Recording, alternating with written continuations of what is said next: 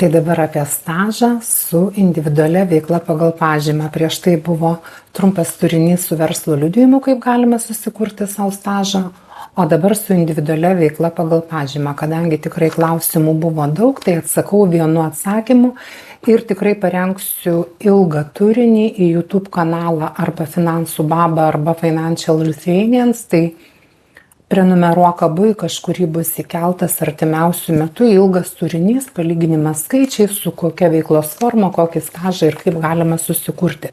Tai dabar žiūrėk, jeigu vykdai veiklą su individualia veikla pagal pažymą ir nori turėti 1 mėnesio stažą, ligos, motinystės, tėvystės ar pensijai gauti, tai tavo apmokestinamosios pajamos tą mėnesį turi būti apie 1154 eurus. Apmokestinamosios pajamos, tai reiškia bendros pajamos minus arba 30% arba leidžiami atskaitimai, kur tu ten renki sąskaitas.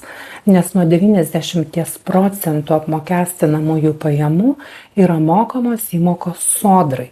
Tai reiškia nuo 1038 eurų. Tai apmokestinamosios pajamos 1154, 90% nuo jų bus minimali alga. Ir nuo jos, kai susimoki 12,52, jeigu nekaupi antroje pakopoje ir 15,52%, jeigu kaupi antroje pakopoje, tuomet turi 1 mėnesio stažą. Dabar ko gero bus aišku, jeigu neaišku, tai lauk to ilgojo turinio, tikrai ten labai detaliai viską išaiškinsiu. Pelningo verslo.